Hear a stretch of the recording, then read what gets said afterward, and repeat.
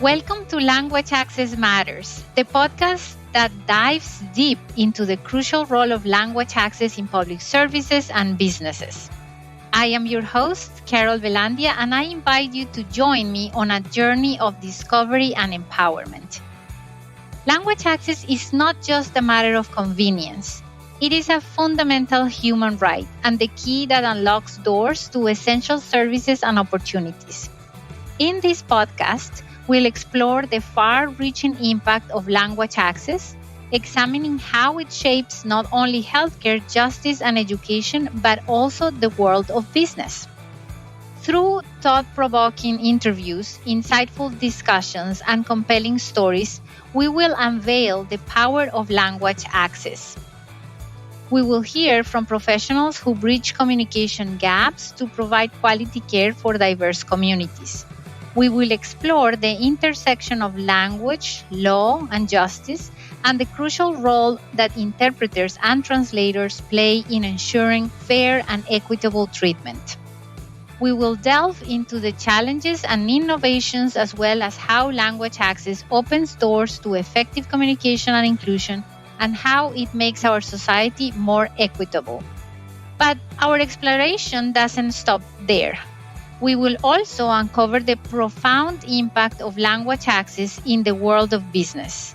We will hear from entrepreneurs, industry leaders, and experts who understand the value of inclusive and effective communication and how it drives success in today's global marketplace.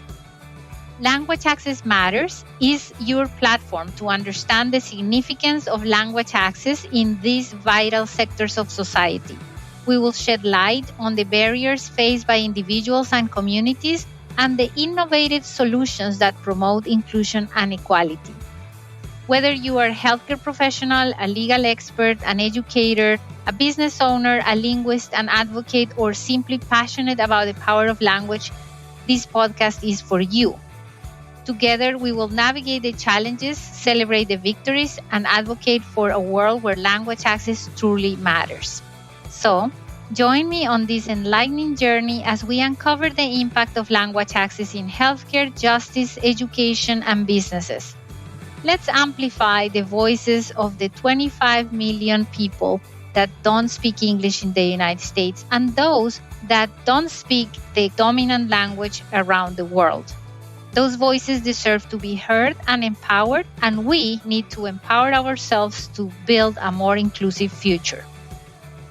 Welcome to Language Access Matters. Let's embark on this transformative exploration together.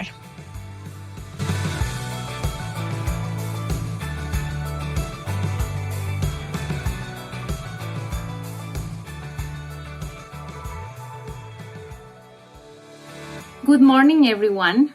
I am Carol Velandia, your host for our podcast, Language Access Matters, the first podcast on language access in the United States.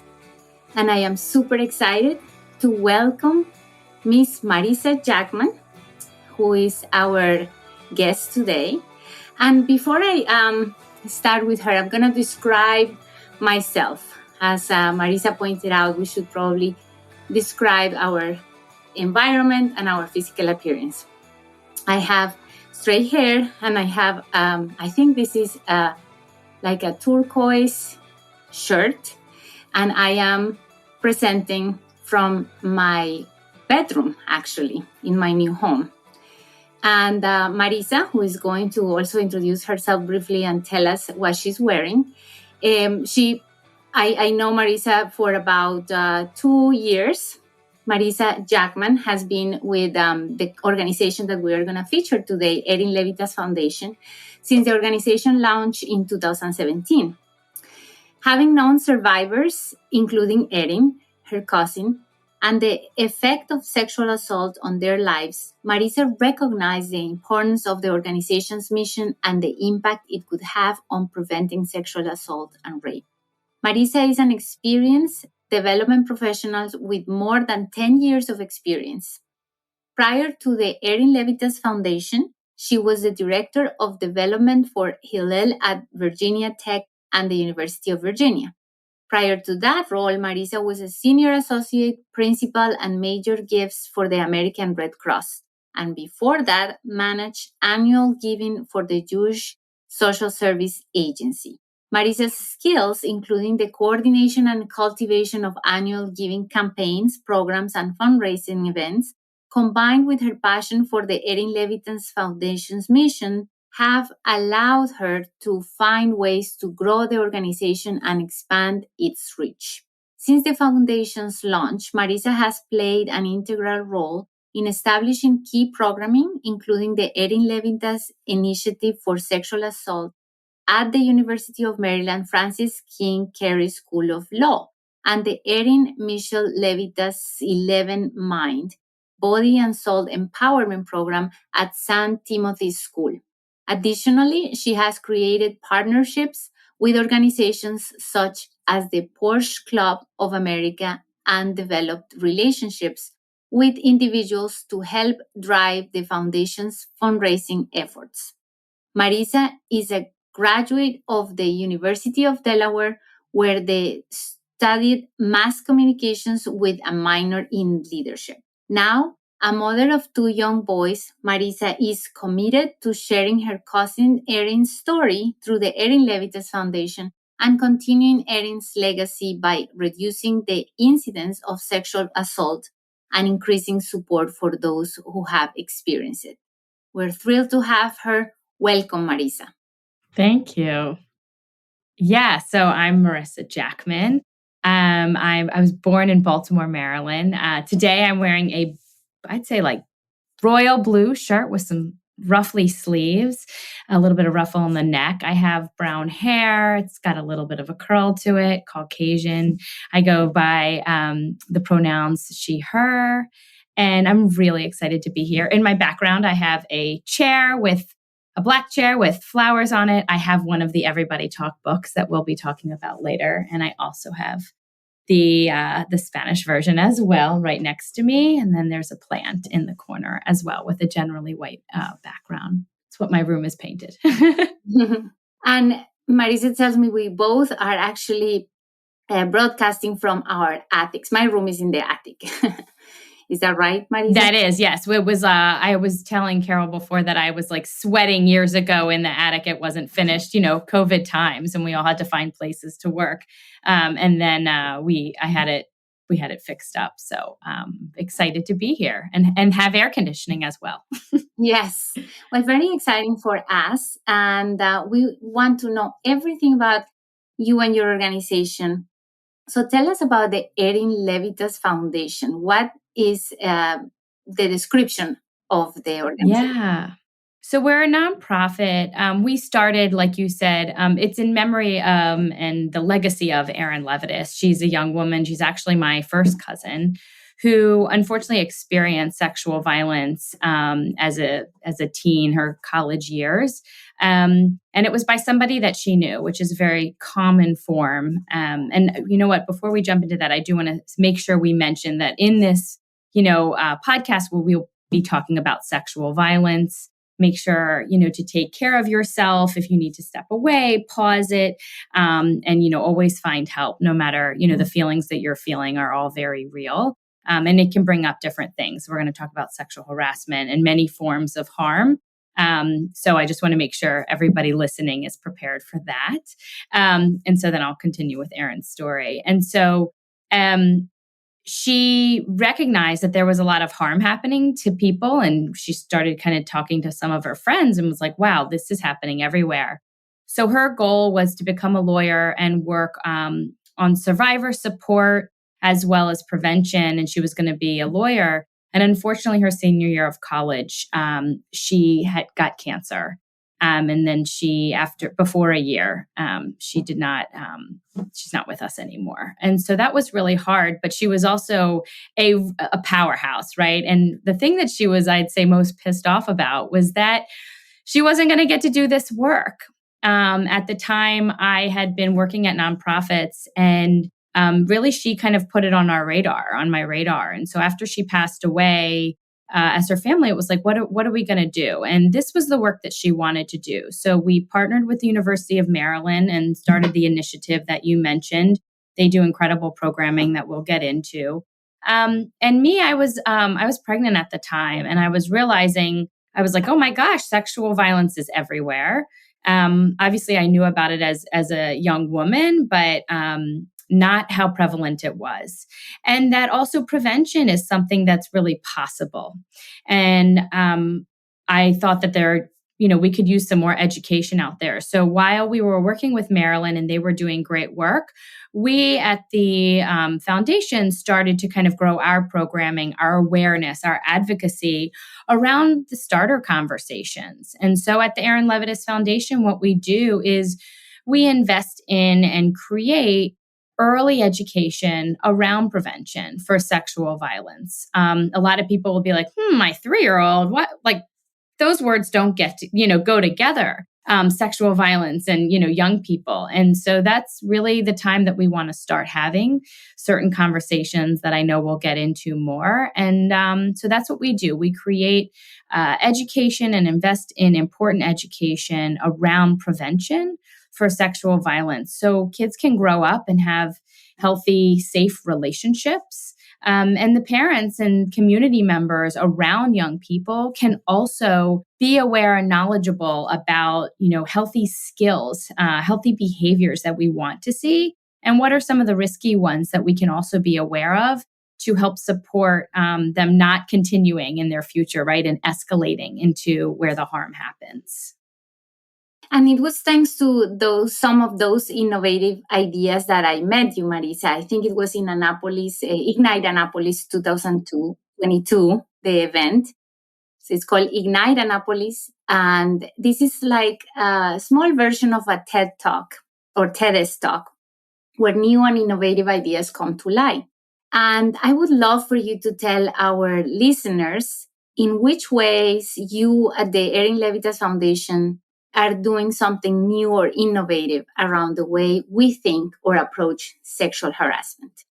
Yes. So in our work with the University of Maryland, it was Quince Hopkins who really had this idea of preventing sexual assault with restorative practices, which is kind of a special way of having conversations in a circle. And there's a lot of other research around it, and having, kids be able to listen, or the participants listen and also be heard, as well as preventing sexual violence with the middle school age using restorative practices. And so that was one of the things that was very innovative that the law school was doing, and we were supportive of. And then the other thing that I would say that we do that many places are doing, it takes quite the investment of time as well as funds, is that in multi-disciplines, right? So if we're going to create something, it's not just from one perspective, right? We're going to use parenting skills. We're going to use age-appropriate terms. We're going to bring in some therapists. We're going to bring in, you all for language. We're going to think about gender violence and many other areas that we want to be mindful of, culture as well. So it's bringing together many disciplines in what we create to be mindful of kind of the whole experience of the people who are using the resources. And can you talk about the project you and I engage in, or that's off the table at the point? I would love to. Yeah. And I want to say at the Ignite Annapolis, everybody. So, you were quite the star. I just have to put that out there. And I thought it was really interesting because this is why why the conversation kind of really, happened between us is you told a wonderful story about language access and how, let's say you're in a hospital and you use the wrong word, or, if the word is not appropriate, like it could really be a life or death situation. And it was very powerful that you shared that. And I know I was on the stage sharing about, how sexual violence is happening by people that we know, but something's going wrong here, right? Something's awry if it's by the people we know where the harm is really happening, and what can we do to prevent it? And so we at the time were predominantly creating, I'd say, resources that were in English. And we know that that can be problematic in the sense that it's making people think that survivors are English speaking, right? Or whoever have access to this language. And that's a real problem. And we can talk more about that. I mean, it's a way to start, and that's really important. If that, I'm English speaking, that's the only language I speak, but we don't want that to limit the access to anybody else. So we have a children's book that started because actually a parent came up to me. We were having a conversation around prevention, and they're like, well, I have a young kid. Is this the time for prevention conversations? Like, can I start to help keep them safe? And they said, I said, well, actually, one thing is they know the names of their body parts, right? The right terminology. And when we talked about a lot of other protective skills, right? That young kids know that they can tell, the grown-up in their life that's safe and they trust anything. And she was pretty blown away. And so she went home, spoke to her husband and said, we're going to write a book. And so we wrote this book together. It was actually, a lot of it happened in the pandemic. And so we were up at midnight working on it, things like that. And so the book is a starter conversation. For those who will get to see this, and you'll get to see the new version that we'll talk about. And what it does is it starts the conversation around bodies and boundaries and body safety. And the first book was written in English, and it was written with a ton of experts, right? Like I kind of just mentioned, in cultural diversity and all different disciplines. We had therapists, librarians, gender violence experts. And what it is that first conversation around body safety, boundaries that a grown-up can have with a young kid in their lives, so they can know that they can talk to them about anything. And when I met you, I was like, it is time to make sure this book can be in Spanish, because that was a community that had, we would be out at events and they say, oh, does this come in Spanish? And we didn't have it at the time. And so what was special about this is it wasn't just a translation, right? And I'll let you talk more about this, but it was a transcreation. The book rhymes in English, but it also has a lot of different words, right? Sexual violence is not something that can be easily translated into many languages and cultures because it's different. It's different and different by people's experiences. And so the main project that we worked on, and obviously many more, is the transcreation of our children's book. Great. Yes, that was a particularly interesting challenge for us because we had never done that transcreation for a child. So it had additional challenges. So yes, transcreation means that we not only do the translation of the words and the meaning, but we also adjust the writing in one culture into the culture of the reader, right? So in this case, with the Erin Levitas Foundation book, we were going to transfer everything into Latin American Spanish. And so there were many different challenges associated with cultural references to parts of the body and how we call it in one place versus another. So we wanted to find a way where many, many people were from the Spanish-speaking countries could connect with the book. That was Marissa's objective. So we were very glad to participate in this kind of project, and we thank you for giving us that opportunity to do something as important. So how do you think language access plays a pivotal role in ensuring that multilingual communities are equipped with the necessary education and resources to prevent sexual assault and support survivors? Well, language access is incredibly important, right? Think about if something has happened to you, right? We maybe pick up our phone and we Google it. And that's because you understand maybe what you're seeing, right? And also there's the the step of doing something. And then there's also the step of knowing that you're able to do something, right? You have the right to do it, and the access to do that. So it's very important that it's a right, it's a civil right that you have access to understanding language. It's not even, I had learned that it isn't even just about it being accessible in your language, but also it was saying that if a doctor wrote something down and it was just so high, like nobody could understand it because they used all this big terminology, that it's actually really important and necessary that it's be able to be understood, right? In all for everybody. Everybody should have access to this. And so did I answer the question? You want to ask a little bit more? Okay. Yes, I imagine that for survivors of sexual violence, language barriers play a significant role. And I really think that it was very visionary that you and your foundation decided to sort of nip it in the bud, like go right from when you are a child, educate children in the language that's the majority or the minority majority speaks in this area, and make it accessible to them. So that's definitely a big contribution.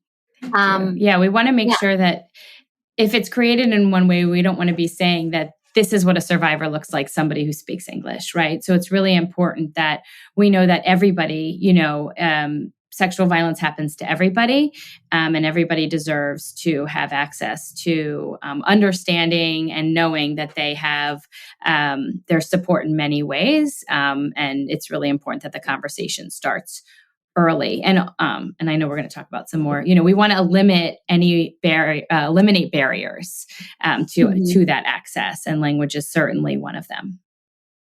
Yes, and I remember you mentioning something about disability and access and literacy. So how these factors play into the creation of this book? Yeah, so we were very mindful. We actually worked with a wonderful disability rights activist. Her name is Emily Liddell, and she was really wonderful. She uses a wheelchair, and so that was we have a child, a young girl on the cover, and she uses a wheelchair, and that's really important that was displayed in the book. And we have another child using kind of some sign language in the book here and there. We want all children to know that the behaviors and the safety that we want them to feel, that every child gets that right? Every single child's body matters, that feeling in their belly matters. And no matter what we look like on the outside, right, or what language we speak or where we're from, that is something that we want them to grow up and be empowered to feel. And so with, disability access, something Emily had said was, she said, I never saw anybody that looked like me in maybe the literature that I was given or in the conversation that I had at school. So I kind of thought it wasn't for me. And so,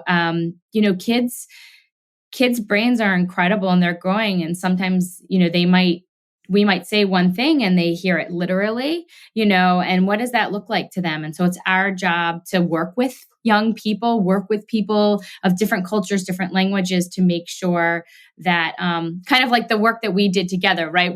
I know I was extremely annoying and I pushed and wanted to make sure that, that some things did translate appropriately, because it is so important that families have access to this. And when you say, disability access as well, right? Like people who, might be hard of hearing, visually impaired, so many things. It's important. We're all people, right? And not one person is better or more important than the other. So everybody should have access. And I'll say something. Are we doing it perfectly? Like on our website and all of our print materials? We are not. Do we want to? We do. We're going to try hard and we're going to partner. And I hope that when people see things, they let us know in a kind and understanding way, because it does take time to make those changes. But those are changes we hope to be a leader in, and inspire organizations and other places to do the same.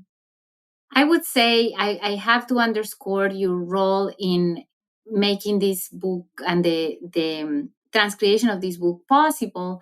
You were not annoying. We love our clients to participate and be part of the team that delivers the final product, because we don't have all the answers, and we don't read minds. So we actually appreciate, this is our business model. We want the client to be part of our team as much as they want to be part of the team.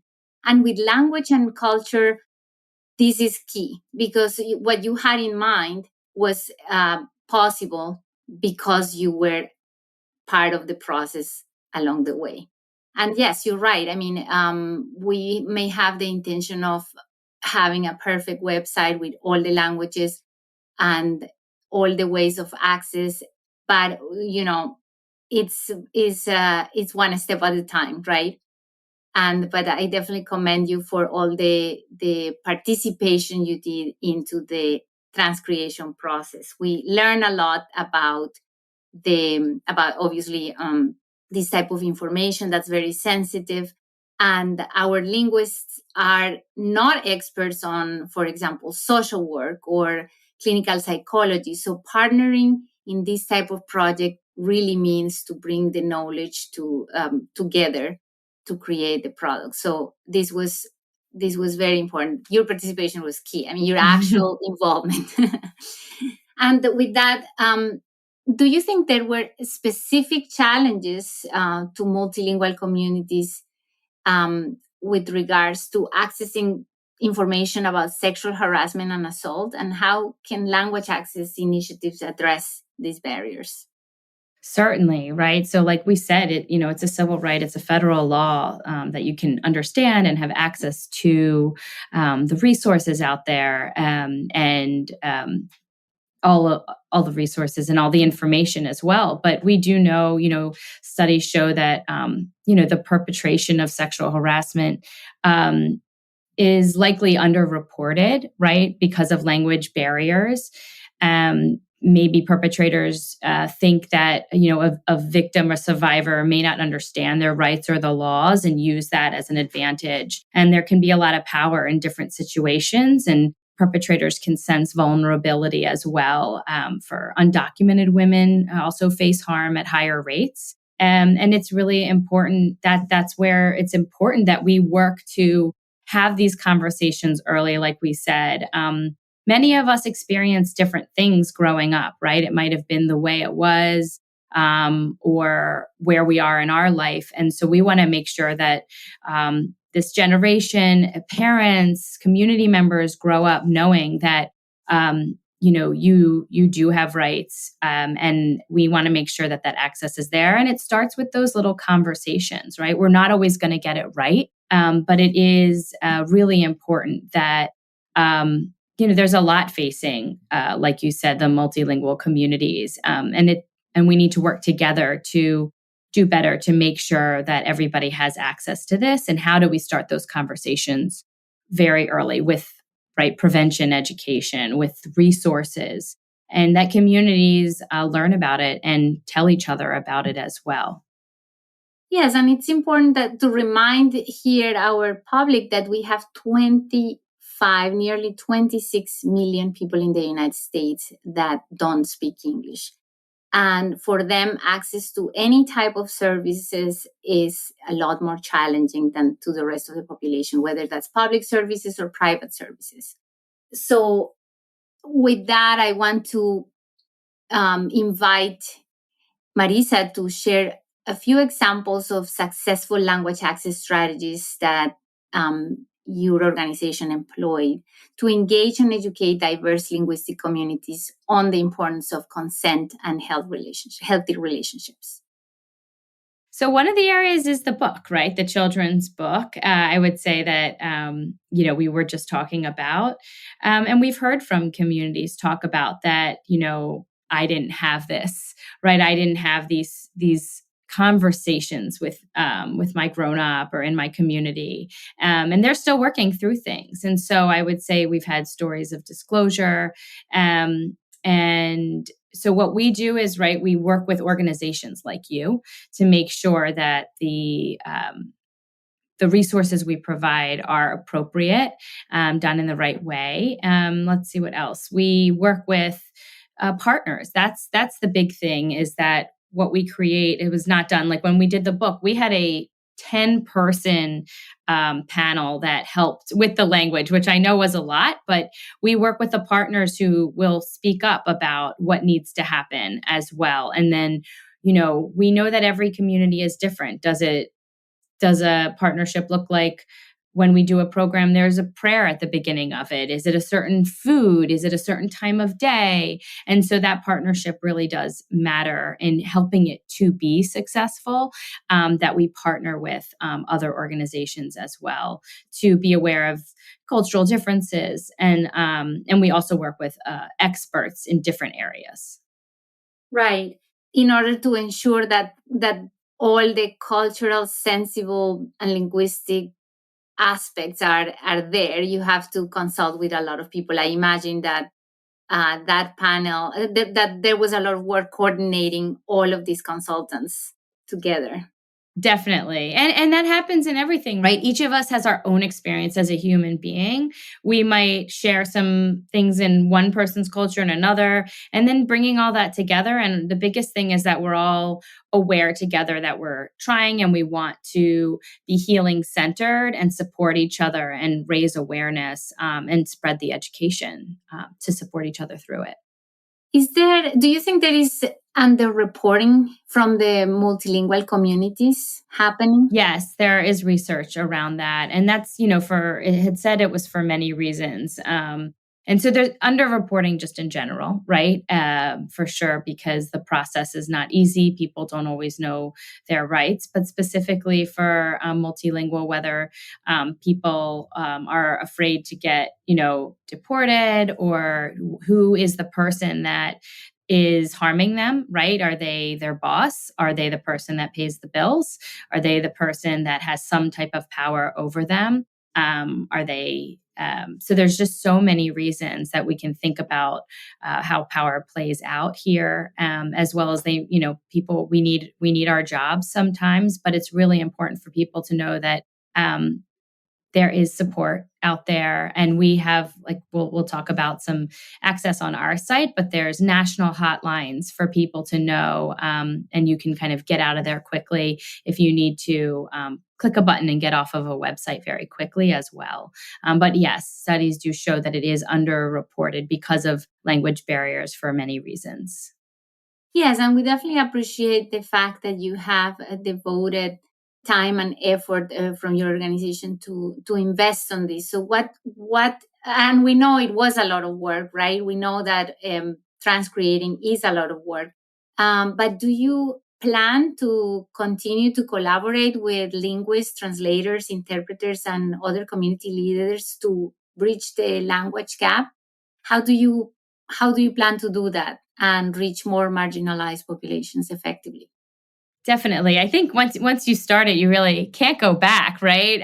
So, all of our materials with time, and, that's something that we try to fundraise for as well, right? Because it is important, and another cost that is imperative that we make sure happens. So whether it's language on our website, we do have, and I know it's not the best, the kind of click to Google Translate, but we know that can be problematic. Not everything translates appropriately, but it is a start, right? And it can be many languages. Then there's this book that we have. We have, coloring pages and other programs that we offer. We are also getting translated by you all, as well as we have some experts that we work with who are gender violence experts, as well as Spanish speaking. And also important is the cultural piece, to make sure that, it's not us saying, in your culture, you maybe, a kiss on the cheek is something you always do. Don't do that anymore. That's bad, right? That's not how the conversation needs to go. So we need to be mindful of cultural differences and help each community discover and work through what is safe for the young people in their lives and what skills and attitudes, behaviors can they build to help support those healthy relationships in their future. And so, yes, we are being more mindful of all the ways that we can bring, language access and accuracy to a better place. So that's with volunteers. We have Spanish-speaking volunteers, as well as our partnerships and consultants and future employees. Awesome. Let us know when you are planning to bring in bilingual employees, and we would be happy to do all the testing necessary, everything that goes into testing their language skills so that they can effectively contribute to breaking the language barrier.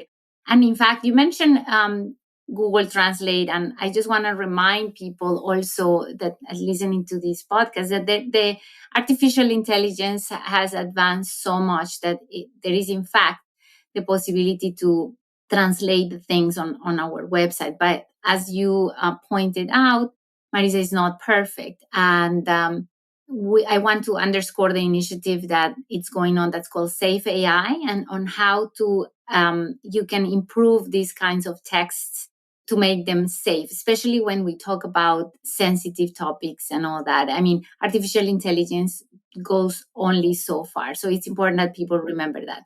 The other thing that I want to point out is that there is a big effort from your organization to really foster inclusivity and empower individuals from diverse linguistic backgrounds. This is also our goal. We understand that the way we portray language access is as a key element on any diversity, equity, and inclusion. So how do you think your book does foster this inclusivity? How do you think it actively helps people participate in conversations about sexual assault prevention and survivor support? So, and again, it's so funny. People are like, oh, so this must be for 15, 20-year-olds, right? If you're using the word sexual violence prevention with a book. And it's not where our mind necessarily goes when we think of young people. But the idea is that we want kids to grow up and, respect their own bodies, respect other people's bodies. What does consent look like really early for a young kid? And it's not all about sex, right? It's really about being able to handle disappointment, right? In moments that maybe is that your friend, you offered them an ice cream and they don't want it anymore, to they want to sit really close to you and that's not something you're comfortable with, right? What does that look like? And so I would say that the inclusivity piece starts with the characters. I'm holding up the book right now. It's turquoise and the name is in blue, a kind of pink and a yellow. And we have a diverse group of characters for a reason. We are actually going to be adding some characters to our group of friends, as we like to call them. But we have them, they are, children with, I would say, diverse backgrounds in different ways. And so the inclusivity piece really talks about in here is it's scenarios. It's, oh, that child has short hair. Oh, that child's skin color is different from mine, or it's the same as mine. And kids will point out these things. These are healthy conversations for them to have, to notice. That's all right for them to talk about. Oh, that child is squeezing that other child's cheek. How do you start that conversation right there? Say, oh, like, what would you do? Do you think they're comfortable with that? You can tell somebody you don't like that, right? And that's how, in this way, we are inclusive. Every child is kind of mixed up, right? Somebody might be pinching the other child's cheek, or one child might be asking for space. They're all in different scenarios with peers as well as grown-ups, because we want kids to start that. I'm looking down at the book to look at some examples.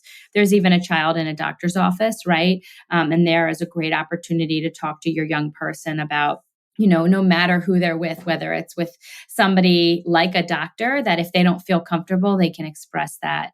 And so we wanted the inclusivity piece is in moments, in what the children look like. And so they can talk about how they're comfortable with their grown-up and things that make them uncomfortable as well. As you know, I continue to work as an interpreter myself, and I interpret for the courts and also sometimes doctor's office. And talking about body parts and sex is a big taboo in our culture, in the Latin American culture at least. It's taboo. The topic is still taboo. So, how do you think we can break down those cultural taboos and stigmas surrounding discussions of sexual harassment and assault within multilingual communities? I mean, even though there are, language barriers certainly increases the problem, but even when we address them, there might still be a challenge when it comes to reporting these incidents. What are your thoughts around this? I have always been someone who it's hard, and it's not everybody gets the opportunity to take some risks, I will say, right? But the way is that we have to start. We have to start talking about it when we're most comfortable. And it's okay to be wrong, right? And we're going to talk about different topics. And so making sure that you're comfortable with it, of course, learning about it, making sure, right, through this podcast, through education online, we can share, we do have the reasons why is it important to know your body parts, right? So we want them to be able to express things that make them uncomfortable, right? Talking about their penis or their vulva, whatever part of their body it might be, their armpit, their elbow, right? It's really important that kids know the right terminology. We know that is something that is a protective skill that can help lower their risk of harm. And it's so learning first, right? It's important that we understand the why. In science, we can't always say why in research, but we do know that it is important. And there's many reasons. And then advocating for it, right? So if you want to teach your young child that, we have to model it, right? We have to show them, be an example of the healthy skills and behavior that we want them to know that they can do. So we might have to try new things sometimes. And so advocating for it, I would say, just like you share things, like you learned a new great recipe. Awesome. Okay, I got this new great pasta dish, or this, whatever it is that you're going to do. How would you share that with somebody? And it's from the heart, right? Be like, I learned this. Did you hear this? And how do we support it together in our communities? And think about something that maybe you did that is, a different way than it used to be, or that you learned just because we learned something one way, whether it's, how we act, how we dress, how we say hello, and then what makes us comfortable. We've all had those moments in our teen years where something was done one way and we kind of really wanted to do it a different way. Is it a different job than the grown-up in our lives? Those are hard moments to have. And not everybody has the opportunity, I would say, to do those things either. But if we can and find a community and resources, there's wonderful organizations out there as well to be supportive of these moments. And like you had said, reporting, anyone's situation can limit their ability to report, and that is not their fault. But safety is important, and power does play a role. Yes, and I think you are being brave also by trying something new. So maybe often we don't have the opportunity, but sometimes we also don't have the courage to do something new and innovative. And what kinds of resources does the foundation provide or would like to provide to multilingual communities to help them navigate reporting procedures, access supporting services, advocate for systemic change in addressing sexual violence? So I would say we are like a matchmaker in that sense for survivors. So there's an immediate resources spot on our page under resources. And there's great organizations, like if you're in the Maryland area, there's Turnaround and MCASA, but there are national hotlines. And I would say, even if you have a question about it, call a hotline and ask. Right. So it's really important that whoever you are listening to this, whether you're even getting advice for a friend or you saw something and you're kind of curious, you have access to those things, or you have the, it's for everybody to call or email or whatever way that you can reach out. You deserve that and you are worthy of it. And it's really important. And things that happen to everybody listening, right? It's not your fault. You didn't do anything to have that happen. And so it's really important that they know that. And so we have it on our website. We also offer, when we're out in public, we have a like help in your pocket card. And again, we're trying to help exercise and again, get rid of the taboo of asking, making a call if you can, if you have access to it. And everybody deserves to have that information. And so it's okay to question. It's okay to be unsure and not know the answer and be like, I don't really understand what this is. Is this harm? Did this happen? Is there anything I can do? But the only way that we can find out if there is anything you can do is to, find those experts, which is we try to be a connector of those moments. And then we educate, right? We want others to be aware of the resources out there, but that also survivors are out there everywhere.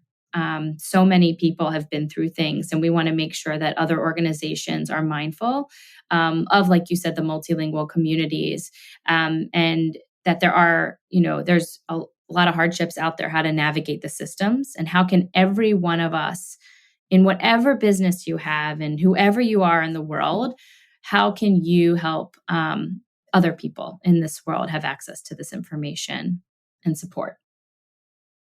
And Marissa, for our listeners, please spell out your website and we will make sure we link it when our podcast gets released. But feel free to spell it out for us. So it's www.ERINLEV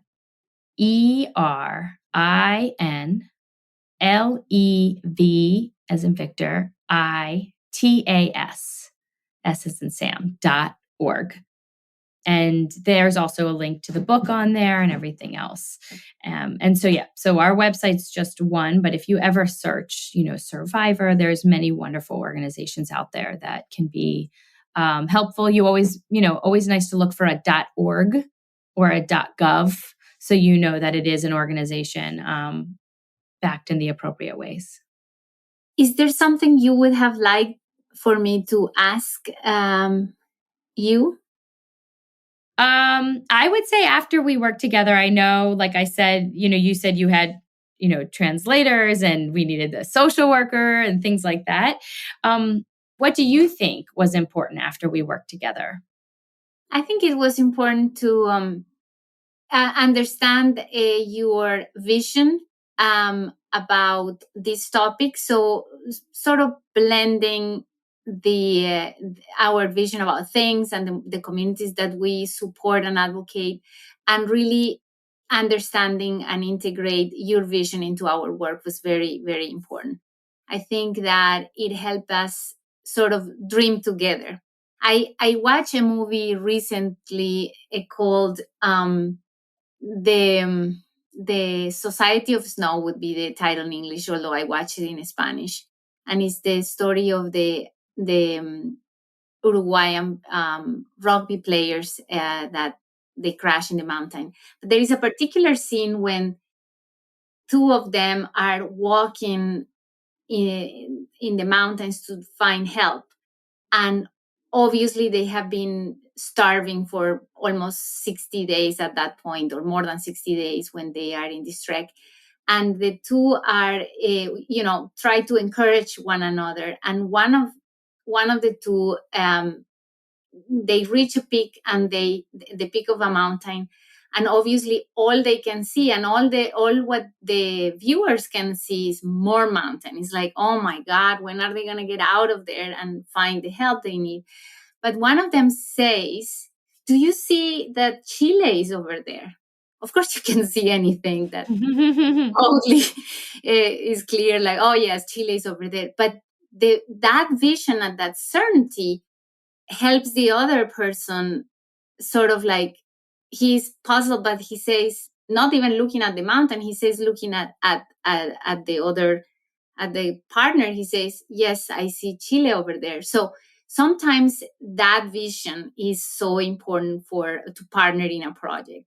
And I think that was very successful with our work, was that we tried as best as we could, even if you saw Chile and maybe we didn't saw Chile at that moment, you pulled us through with the leadership and a clear vision. So that's, I think, key. Wonderful.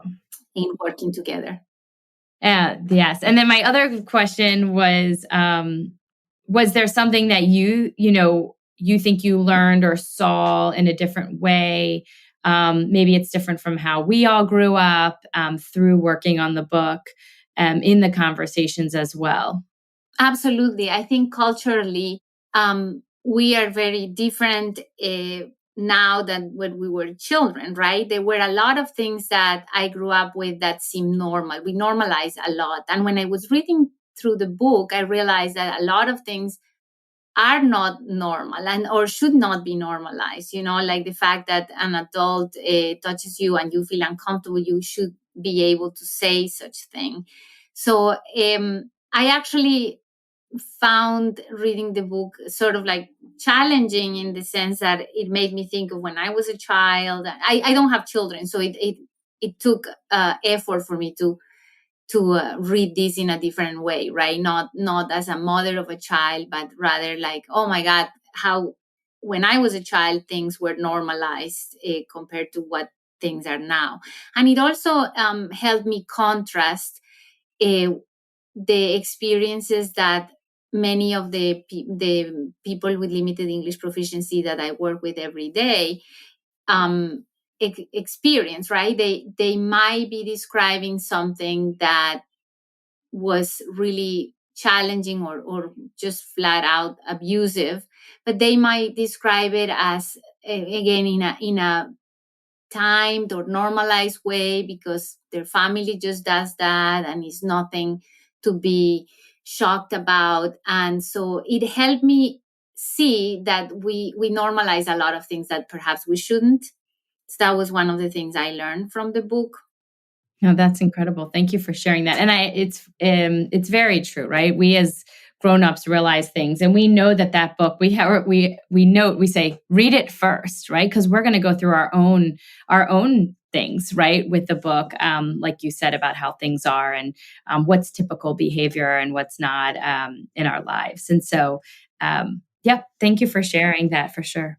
One other thing that I realized was that we're very affectionate in my culture, right? In Latin American, we sometimes think that children don't have autonomy of their bodies. We just grab them and hug them and want to kiss them, and I'm talking about my culture again. And I never stopped and asked myself, like, does that person even want to be kissed by me? I might see this child very cute and want to hug them and give them a kiss or ask for a kiss and all that, and never realize that might be an uncomfortable situation for the child. So it definitely it made me be more cautious about asking for permission, to the point, well, not necessarily only about the book. Throughout the years of living in the US, I have realized that people are not as affectionate, and not everybody's hugging and kissing each other. And I have become a little bit distant even. But with a child, I am much more careful now to ask them, oh, do you want a kiss on the cheek or not? And they might say, yeah, no. I mean, they are more autonomous now. So that was right.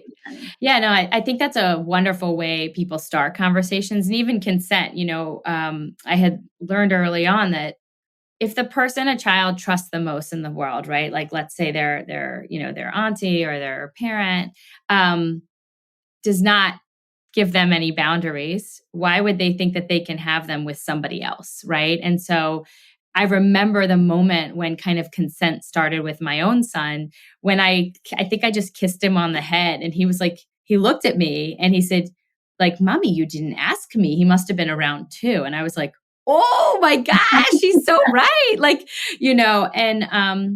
And so there's other ways also, because I know everybody, many people struggle with kind of rude and how we want to make sure kids respect elders in different ways. But we can be respectful without, we can look them in the eye, maybe choose a different way. Is it a hello? Is it a wave? Is it a fist pump? What is it? To still acknowledge somebody being there, but maybe it doesn't, hopefully doesn't have to put your body on the line, because that translates later in life, right? We have speaking to a young woman who mentioned, I had to share everything in my life, or we just had to do these things. If they gave me a cookie, I had to let them hug me, like literally, like a physical treat. Then in return, I, had to kind of give them something, and it translated for her. And so I think it's, those are things that we can think about in the skills that we're teaching our young people and how it translates into their grown-up life. Thank you, Marissa. And my last question is, what would you name this podcast? This was a hard one. All right, I'm a person of many words. So I would say, I wrote down things like, this is for you. You are important. Your body matters. Safety was a tricky one, feeling safe, because I know you really helped us with that word safe. So I didn't help at all. I have too many ideas. Did you have a title? Did you have one you would say? No, I usually wait until the podcast is done to think of that title. It's a very challenging. This task. One is right. Maybe the title of the book that you chose, for sure. Language access matters. Your body matters. Something right. Something about that. I love that. That's true. And I wanted to note really quick some other really great resources. The National Sexual Violence Resource Center was. They have really great information on language access, and it's linked to sexual violence. So I just wanted to note that. For sure. Excellent. Well, thank you so much, Marissa, and thank you to all our listeners for joining us with this very important topic on sexual harassment and language access. We hope you enjoy. And that wraps up another enlightening episode of Language Access Matters. We hope you have enjoyed our discussion on the profound impact language access has across various sectors of society. Let's remember that language access is not just an isolated topic. It intertwines with various fields, impacting lives and businesses in profound ways. As we continue this journey together into becoming a more inclusive society where we ensure equal access to services to those who don't speak the dominant language, we want to assure you that our company, Equal Access Language Services, through its podcast Language Access Matters, will be with you every step of the way. We are committed to bringing you thought-provoking conversations, expert opinions, and stories from the field and beyond.